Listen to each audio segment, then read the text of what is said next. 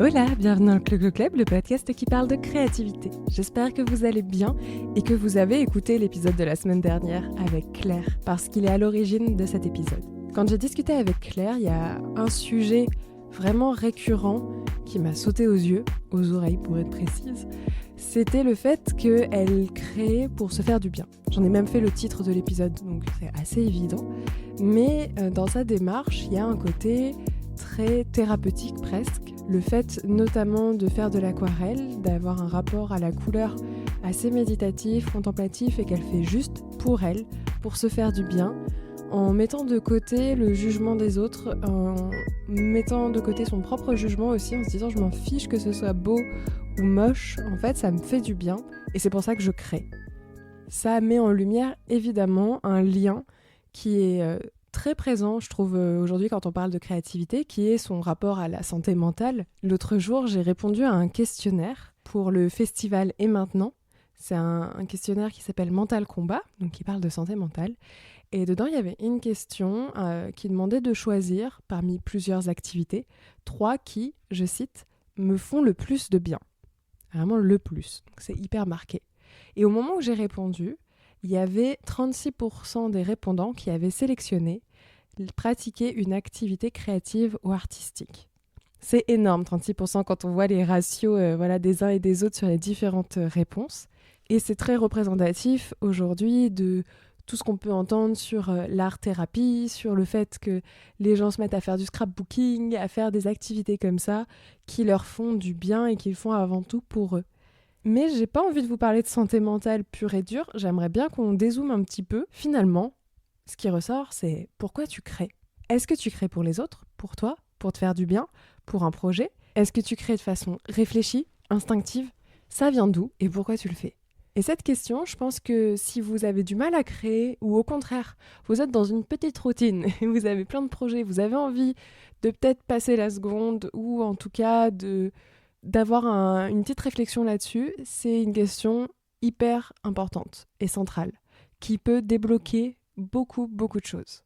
On se la pose pas forcément, parce que quand on pratique une activité créative, c'est soit dans le cadre d'un atelier avec d'autres personnes, dans un cadre solo, juste parce qu'on a ça sous la main, parce qu'on est intéressé, qu'on a vu d'autres gens le faire et qu'on a envie de tester. Il y a vraiment plein de motivations vraiment qui vous amènent à vous y mettre. Mais une fois que vous vous y êtes mis ou que vous avez envie de vous y mettre, la vraie question c'est pourquoi ? Pas juste je suis le mouvement, c'est pourquoi je suis le mouvement finalement ? Pourquoi j'ai envie quand même aller tester cette création ? Quand je pose la question pourquoi tu crées, ou je me suis mise à vous tutoyer, vous voyez en même temps, ne m'en voulez pas, c'est quand même un peu plus sympa que pourquoi créez-vous ? La première réponse, ça va être pour moi ou pour les autres. C'est un peu le truc qui ressort. Et d'ailleurs, quand on met le doigt dessus, c'est le premier frein finalement à la créativité. Parce que souvent, on fait reposer sa création sur les autres et sur le regard des autres. J'en ai beaucoup parlé dans mon épisode sur le petit juge intérieur et en fait l'autocritique, de se mettre énormément de pression parce qu'on fait reposer sa pratique créative sur les autres. On a envie d'être admiré, aimé, accepté dans un groupe, d'être vu, reconnu, de sortir du lot. Bref, il peut y avoir plein de raisons et d'ailleurs elles ne sont pas négatives en tant que telles, hein. C'est bien aussi de le faire pour les autres. C'est simplement important d'en avoir conscience pour ensuite pouvoir ajuster votre pratique. Par exemple, quand Claire dit « moi je fais de l'aquarelle pour moi », elle s'en fiche derrière que ça ne plaise pas aux autres. Et d'ailleurs, son but n'est pas de montrer ce qu'elle fait. Elle le fait avant tout pour elle. Et si elle partage ses créations, c'est parce qu'elle a envie de partager sa pratique et le bien que ça lui a fait, pas pour qu'on lui dise « waouh, c'est vraiment super ces petites fleurs que tu as faites à l'aquarelle à 23h ». Quand on n'ose pas se lancer, qu'on n'ose pas créer, c'est souvent parce qu'on se dit « mais les autres, ils vont trouver ça nul » ou « je suis pas à la hauteur », donc par rapport à d'autres personnes.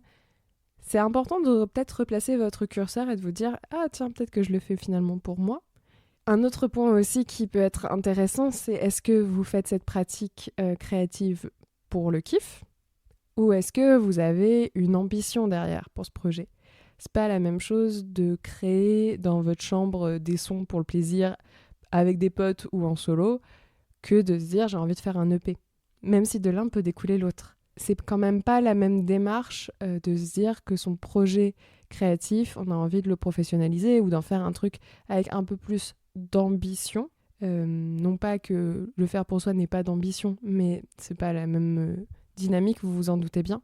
Et surtout, derrière, vous n'avez pas les mêmes attentes, vous n'allez pas mettre la même énergie et vous n'allez pas avoir les mêmes retours et le même besoin de progression peut-être. Enfin, ça crée une dynamique aussi qui est assez différente. Et pareil, quand on se dit pourquoi tu crées, je trouve que c'est bien de se poser sur cet aspect-là également. Et le dernier aspect, je l'ai un peu mentionné quand j'ai posé la question en tant que telle, c'est est-ce que vous faites de la création de façon réfléchie ou instinctive ? Intuitive même. Je ne saurais pas quel terme choisir d'ailleurs entre les deux. Est-ce que vous le faites parce que vous avez envie de vous créer par exemple un sas de décompression et vous vous dites que le dessin ou le découpage, collage, c'est un bon moyen d'y arriver et c'est pour ça que vous le faites un peu en conscience, en mode ok, je m'accorde du temps pour moi et du coup je vais faire du collage parce que c'est une technique qui peut être chouette et c'est un peu réfléchi. Ou est-ce que vous le faites de façon très instinctive, intuitive, comme personnellement, moi je gribouille pendant toutes mes réunions. J'ai une grande feuille en fait sur ma table de bureau et quand je suis en visio, je dessine non-stop. En fait, ça m'aide à me concentrer et c'est de la création en soi que je fais un peu par automatisme. Et par exemple, si je dois répondre à la question pourquoi tu fais ces dessins, bah, je les fais parce que ça m'aide à me concentrer. Je les fais de façon automatique parce que j'aime ça et que si je le fais juste pour moi, mon but c'est pas de les montrer aux autres. Donc j'ai un peu répondu aux 3 aspects de cette grande question. Cette question, du coup, je vous le disais, pourquoi tu crées ? Ça va vous permettre aussi de remettre un petit peu votre créativité à sa place. Je vais prendre l'exemple d'une illustratrice que j'aime beaucoup qui s'appelle Fran Meneses, qui est basée à New York et qui est une illustratrice chilienne à la base. Elle partage son travail depuis des années sur YouTube sous forme de vlog très contemplatif, d'atmosphère, d'ambiance, avec un petit peu de musique jazz et son atelier. C'est trop chouette. Et à un moment, elle a parlé d'un concept, d'ailleurs qu'elle a fait éditer par la suite, mais elle s'est créée un ugly sketchbook. J'en ai déjà un petit peu parlé sur mon compte Instagram, si jamais vous me suivez depuis un petit moment. Mais le Ugly Sketchbook, je trouve que c'est une trop bonne idée, c'est de se créer un espace où le nom même de l'objet vous dit que, voilà, pourquoi tu crées ? Franchement, pour me faire la main. Elle crée, pour vraiment pratiquer, parce que ça lui fait du bien de dessiner, parce que c'est son métier, parce qu'elle a besoin de s'entraîner. Et qu'en fait, dans ce carnet, le fait de dire que c'est un carnet de dessin moche, ça enlève une pression de fou. Une pression que vous pouvez avoir, surtout si vous avez tendance à peut-être vous comparer aux autres, que ce soit des artistes ou juste des créateurs de contenu qui vont vous balancer des super beaux carnets. Je continue sur le dessin forcément avec cet exemple. Mais voilà, des super beaux carnets, trop bien mis en page, avec à chaque fois la bonne petite couleur, le tracé parfait. On se dit, moi, mes carnets de dessin, ils ressemblent pas à ça. Une page sur 2, c'est raté. C'est raté dans le sens, c'est pas beau et ça correspond pas tout à fait à ce que j'avais en tête. Mais n'empêche que ça m'a fait travailler ma pratique. Et en fait, si vous creusez, les gens qui vous montrent des super beaux carnets, en parallèle, ils en ont d'autres sur lesquels ils se sont foirés et ils font un beau rendu qu'ils vous montrent, mais ils vous montrent pas forcément le reste parce que ça n'a pas vocation à vous être montré en fait. C'est vraiment pour leur pratique. Et ça, de l'avoir en tête et de le nommer, de se dire je vais me créer un espace, un médium, peu importe, mais vraiment qui a tel objectif, qui est pourquoi tu crées, pour ma pratique, je m'en fous si c'est moche, je le fais pour moi, ça va vous aider à avoir un rapport beaucoup plus décomplexé aussi à vos idées, à ce que vous faites. Et c'est assumé, et en fait, moi j'en ai eu un du coup de Ugly Sketchbook que j'ai lancé quand j'ai vu cette idée-là. Évidemment, le sien, moi, je le trouvais pas ugly du tout, je le trouvais juste super chouette, mais je m'en suis fait un, et franchement, il y a des pages au début, c'était laborieux, je regarde et je fais « Qu'est-ce que c'est chum ! Est-ce que vraiment, ça vaut le coup de continuer ?» Et je me suis dit « Mais oui, en fait, c'est moche, bon, bah ouais, mais en fait, c'est sorti, c'est fait, et plus tu vas faire des trucs moches, plus ça va gagner en intérêt, tu vas tester des trucs, ça va te permettre de prendre... de nouvelles techniques et de pouvoir les tester dans ce carnet, de pouvoir reprendre 8 fois le même modèle jusqu'à arriver à avoir un truc un peu potable, de mieux comprendre, décortiquer. Bref, j'en ai fait un objet d'apprentissage et pas un objet d'exposition. Parce que j'avais mis le pourquoi derrière de cet objet. Ça, c'est un truc aussi, du coup, avec la question pourquoi tu crées, c'est de vous dire que pourquoi vous créez, c'est pas une question universelle et propre à tous vos modes d'expression. Genre, si jamais vous faites du sport, de la musique et du dessin, quand je vais vous demander pourquoi tu crées, vous n'allez pas me répondre. C'est ma réponse pour les trois. Non, enfin, peut-être que sur le sport, vous allez être en train de créer toute une choré parce que vous avez envie de devenir prof de danse et que là, du coup, vous travaillez des ateliers, vous êtes en train de travailler une choré pour un certain niveau et pour un certain nombre d'élèves. Peut-être que sur la partie musique, vous créez un projet avec des potes parce que vous avez envie de faire un cadeau d'anniversaire à l'un d'eux et que du coup vous voulez lui faire un petit son vraiment personnalisé, un peu sympa. Et puis peut-être que pour le dessin, là vous le faites vraiment juste pour vous accorder du temps. On en revient à la santé mentale. En vrai, si la création et la créativité et la santé mentale, c'est aussi lié aujourd'hui, c'est tout simplement parce que c'est une soupape dans laquelle on s'octroie du temps pour soi à faire des choses que pour soi, sans aucun enjeu, ou au contraire avec des enjeux, mais essayer de remettre un rapport un peu plus sain dans tout ça. Du coup, vous avez 3 approches, vous avez 3 pourquoi, et en fait, ça dépend totalement du moyen d'expression que vous choisissez, parce que oui, la création, c'est de l'expression de vos idées. Ça va dépendre de ce que vous voulez en faire. Et si jamais vous êtes déjà créative, je vous invite à vous poser cette question-là par rapport à vos différentes pratiques. Parce que généralement, quand on a plein d'idées, qu'on a envie de tester plein de choses, qu'on fait déjà plein de choses, on s'éparpille beaucoup parce qu'on met la même énergie partout, tout le temps. C'est hyper intense, ça se chevauche dans tous les sens et on a l'impression d'avancer dans rien. Ou alors pas assez dans certaines pratiques, parce qu'en fait, on ne se laisse pas le temps de se concentrer dessus en se disant, là, par exemple, j'ai envie de prioriser dans les mois à venir le pourquoi professionnel, genre pourquoi je crée pour un projet pro. Bah vas-y, ça j'ai envie de le faire passer en priorité pour les 3 mois à venir. Et en parallèle, le pourquoi tu crées santé mentale, ça c'est un inconditionnel, je ne veux pas que ça bouge et je veux m'accorder un petit rendez-vous avec moi-même toutes les semaines. Ça peut être ça par exemple. En tout cas, ça va vous permettre d'un peu mieux agencer vos journées. Le but c'est pas de faire un planning hyper précis, c'est mon angoisse personnelle. Les gens qui font des plannings vraiment avec leur pause déj marquée dedans, je ne sais pas comment vous faites, ça m'angoisse. Mais il y a quand même un entre-deux entre la grande impro de la vie et tout millimétré, qui est juste de vous dire, là, est-ce que c'est le moment de me lancer dans ce nouveau projet créatif ? Si j'en ai vraiment très très très très très envie et que le pourquoi il vaut le coup, je le fais passer un peu en prio. Et par contre, si je me rends compte que ça va passer et que je le fais que pour moi, mais que c'est pas non plus urgent, bah peut-être que je peux attendre un petit peu parce que sinon je vais me cramer et être fatiguée et tout mélanger. Et aussi, bah encore une fois, faire passer à la trappe peut-être des choses qui me tiennent un peu plus à cœur, mais je m'en étais pas rendu compte parce que je le fais de façon assez instinctive, parce que je le fais aussi parce que je suis boostée par les autres et que je me pose pas les questions. C'est assez difficile de se poser la question du pourquoi. Je vous ai beaucoup parlé de mon rapport au podcast et du fait que j'ai mis beaucoup de temps à avoir en tête que le Clo-Clo Club, j'avais envie de le développer, d'en faire un vrai truc. Tout simplement parce que le pourquoi, il n'était pas clair. Pourquoi est-ce que d'un coup, tu te mets à parler dans un micro ? Eh ben, j'arrivais pas à répondre.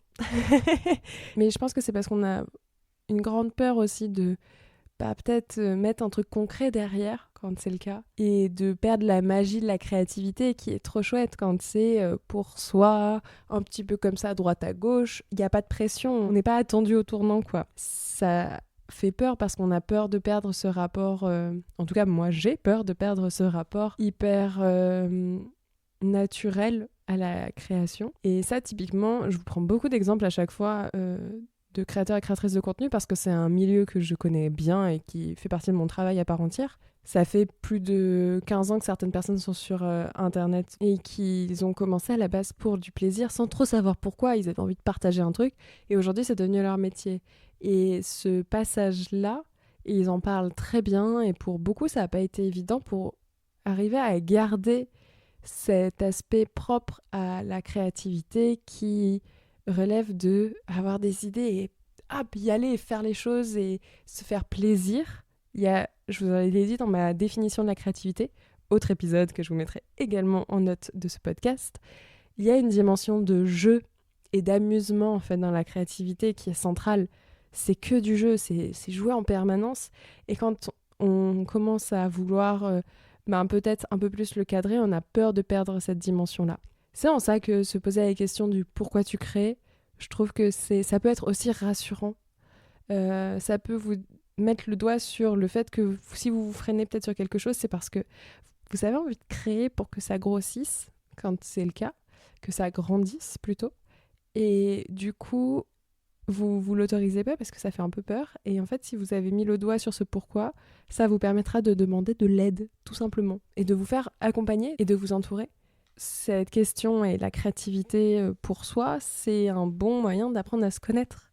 Et en fait, de connaître ses limites, ses insécurités, et là où, au contraire, on est bien et posé, et se poser la question pourquoi je crée, c'est avoir une discussion avec soi-même sur un sujet qu'on n'a pas l'habitude de questionner plus que ça.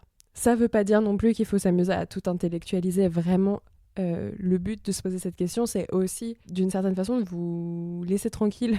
Je le dis beaucoup dans le podcast, lâchez-vous la grappe. Laissez-vous tranquille, laissez-vous du temps, vous mettez pas la pression, mais justement en y répondant, ça peut être un moyen de vous dire que, par exemple, peut-être que vous vous mettez actuellement la pression sur des choses où il n'y en a pas besoin, ou peut-être que vous le faites pas pour les bonnes raisons. Et ça, c'est le dernier point sur lequel j'avais envie de terminer cet épisode, un petit peu en mode petit exercice que je vous laisse, après vous avoir posé la question « Pourquoi tu crées ?». Testez différents parce que. Ce que je veux dire par là, c'est que si jamais, pour reprendre l'exemple du dessin, vous dessinez à la base comme ça, et que vous répondez à ce pourquoi, si c'est pas très clair, amusez-vous à dessiner pour les autres, amusez-vous à dessiner pour vous. Attention à l'ego là-dedans, parce que du coup, vous allez être beaucoup plus fragile aussi aux critiques et aux jugements peut-être, vu que vous vous exposez. Mais testez de voir pourquoi vous faites cette pratique, testez différentes façons de faire cette pratique créative et voyez laquelle vous correspond le plus, parce que peut-être qu'aujourd'hui vous vous dites que vous faites quelque chose pour les autres et vous vous rendez compte très vite que non, vous faites pour vous. Ça a été le cas de Claire qui faisait des choses pour elle. Les autres s'en moquaient un petit peu, à différents niveaux. Elle a arrêté, puis en fait, elle a repris pour elle. Et aujourd'hui, elle fait aussi pour les autres. Et c'est cool de pouvoir faire des petits tests aussi pour juste ajuster et pouvoir derrière être un peu droit dans vos bottes aussi par rapport à votre pratique créative qui est amenée à évoluer de toute façon. D'ailleurs, ça me fait penser à un sujet sur le rapport à l'expression de soi et à la vision de soi dans la créativité. Si c'est quelque chose qui vous intéresse, je pourrais en faire un épisode. Dites-le moi en commentaire. Vous pouvez me laisser des commentaires sur Apple Podcasts, sur Spotify et sur mes réseaux sociaux, @clocloclub. Vous pouvez également vous abonner au podcast sur la plateforme d'écoute que vous êtes en train d'utiliser. C'est un bon moyen de soutenir le podcast, notamment dans son référencement en fait sur la plateforme. Je vous invite également évidemment à partager le Clocloclub autour de vous. Vous m'aidez à le faire grandir, connaître. Et ça, c'est un peu mon pourquoi. Grâce à vous et grâce à ces petites actions, j'aimerais et je vais faire un enregistrement en public. Ça, c'est dans les objectifs 2025. J'aimerais vraiment beaucoup. En mode petite soirée par la suite. Enfin, ce serait trop trop chouette. Donc ça passe aussi par vos petites actions. Merci d'avance. Et maintenant que j'ai fini de vous faire du chantage, je vous dis à mercredi prochain pour un nouvel épisode. Bye!